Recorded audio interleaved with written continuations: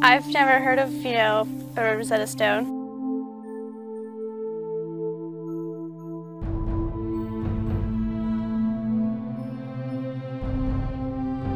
I've heard it said, but besides that, not too much.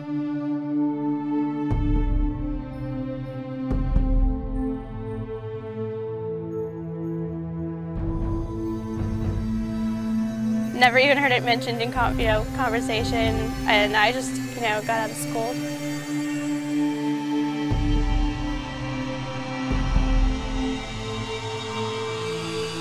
I think it's the first evidence of written language.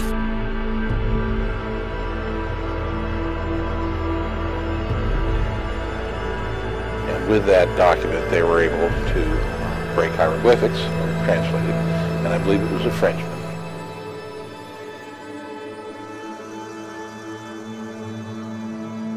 My passion is that when people see the Rosetta Stone, and if they see it in person, they actually touch it, and they can see the different inscriptions and run their fingers over it, that somehow that there will be an aha experience, that they'll want to go online and research it, try to figure out how it relates to them. And that's all part of the metaphor, I think, is to make it personal to that individual.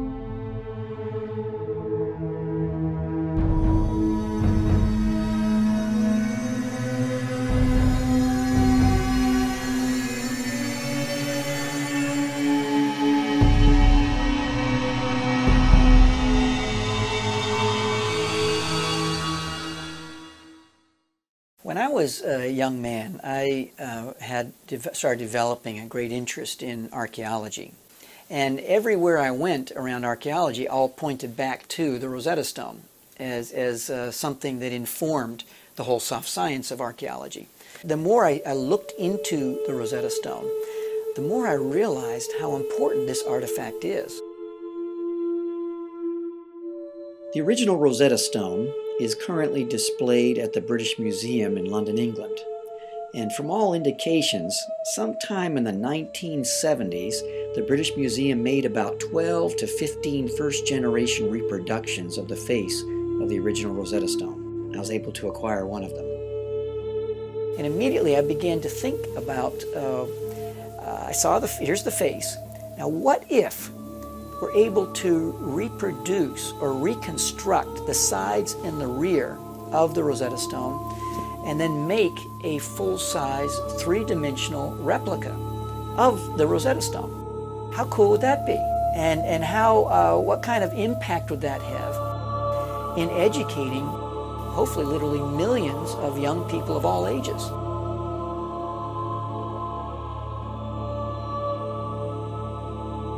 It bears a remarkable resemblance to the Rosetta Stone. And of course the provenance is, to my knowledge, this is the first and the only full-size three-dimensional replica of the famous Rosetta Stone in the world that's available to the general public.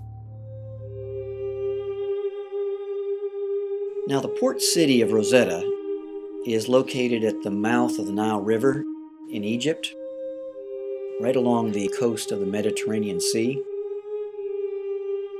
And in 1798, Napoleon and his French troops decided to attack Egypt, desiring to cut off the trade route between Great Britain and India. Napoleon mobilized some of his troops to build a strategic military fort known as Fort Julian, which was near Rosetta on the west bank of the Nile.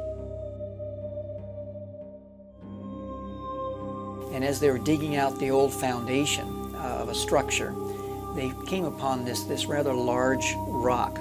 It was about 45 inches tall, about 30 inches wide, about 11 inches thick. There were three different inscriptions on it. And so you had the top part, you have hieroglyphics. It comes from the Greek language, which means priestly carvings. The middle part, a Coptic language, a kind of a Coptic language, a Demotic script. And then the bottom, Greek. They read the Greek, and they realized that in the last sentence it said, the same thing is going to be written in all three languages. And they thought, oh my goodness, we have just stumbled upon a treasure. Because if we know what the Greek said, then we can determine perhaps what the hieroglyphics is saying. Because as they looked around, there's all these different hieroglyphic inscriptions, and no one knew what it said. And they thought, maybe if we can crack the code to hieroglyphics through knowing what the Greek said, then we can crack the code to the secrets of Egypt.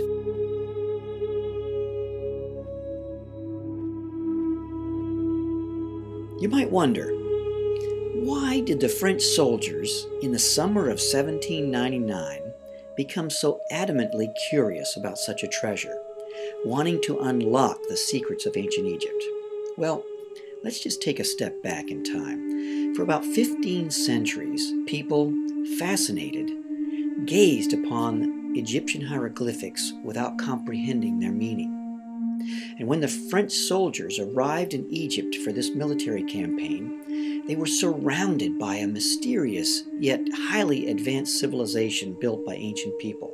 Now imagine what they must have been thinking as they saw enormous temples and obelisks and statues and other architectural wonders, including one of the 7 wonders of the world, the pyramids. They were overwhelmed by the advanced technology available to the original inhabitants of this strange land. Now, how did these ancient people outdo modern technology? And how could this question be answered if they don't know the language? Understanding the language of these ancient people could very well open the doors to understanding the historical values, the religions, the civil life, politics, the rhythm of life at the time, and its context to world history. And the Europeans knew this. It actually took, I think it was about 23 years to crack the code. They found it in 1799. In 1822, around September, they cracked the code. And that was a long, involved process. There were many people involved in the process. You had the back-channel drama between the British and the French. They hated each other. And so you can imagine there's proprietary information that the French have, that the British have, and were they going to share it with each other? And if so, who's going to take the credit for it? When cooler heads prevail, they realized that it was different things that people brought to the surface. Some of the key contributors include de Saussay, a Frenchman, expert in Semitic languages, able to identify symbol groups that comprise words, including some proper names.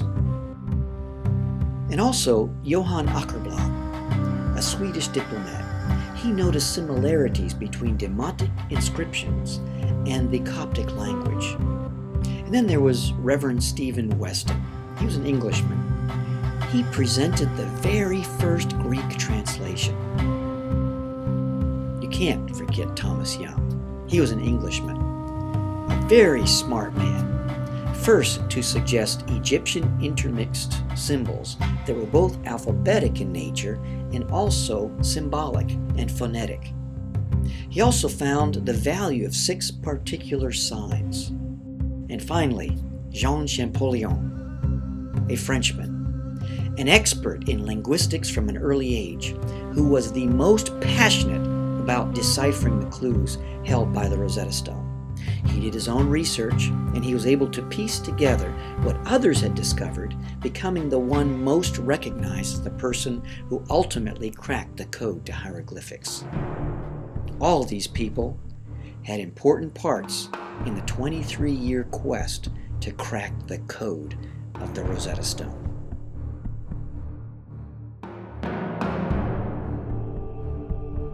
So that's really kind of the essence of the Rosetta Stone. And that's why IT security, people involved in cryptology, people in mathematics, it's all about solving problems, solving conundrums, solving puzzles, cracking codes.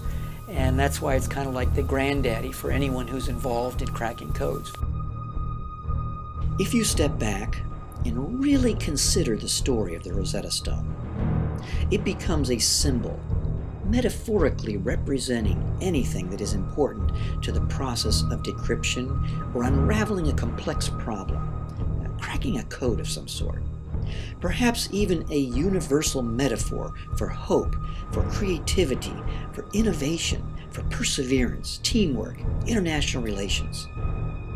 Even the type of granite utilized for the inscription intrigues geologists. The discovery was a breakthrough for historians, and it clearly represents the art of translation, linguistics, and even publishing.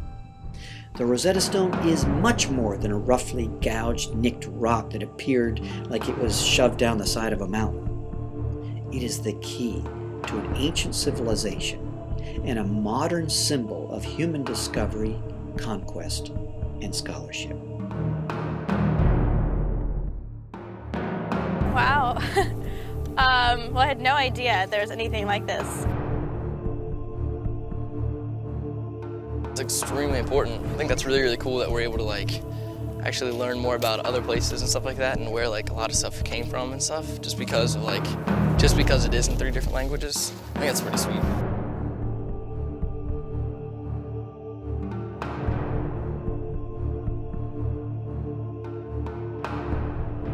I had no idea what the Rosetta Stone was. It's interesting to find out. Looks like a nice stone, and I'm glad he's doing it.